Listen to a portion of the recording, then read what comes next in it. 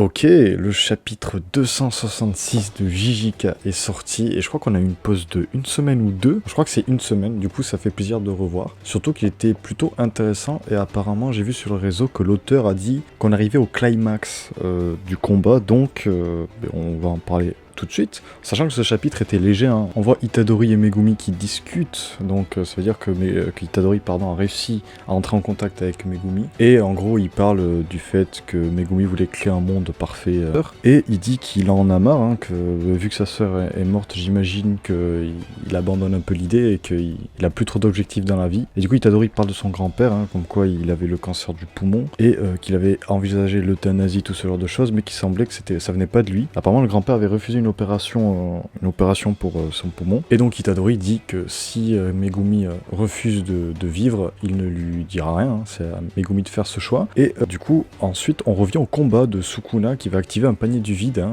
Il nous parle du fait qu'il n'ose pas essayer de recharger son extension du territoire, parce qu'il a encore des séquelles de ce qui s'est passé avec Gojo, hein, de l'extension de Gojo qui s'est pris dans la gueule. Et du coup, ouais, on a des échanges de coups, avec un Sukuna enragé, hein, parce que Itadori la tonte au chapitre précédent. Du coup, on a vraiment un Sukuna enragé qui dit à Itadori qu'il va regretter ce que l'humanité adviendra à cause de lui, hein, à cause du fait qu'il est énervé. Mais le chapitre va partir en cacahuète. On va avoir une scène de Yuji qui fait ses adieux à Megumi, hein, en larmes, qui dit qu'il va lui manquer. Donc c'est vraiment très intéressant. Et on a du coup un Sukuna qui utilisera la dissection pour casser le... Je sais pas comment on appelle ça, mais il a une sorte de bras, le Yuji, qui va se faire briser.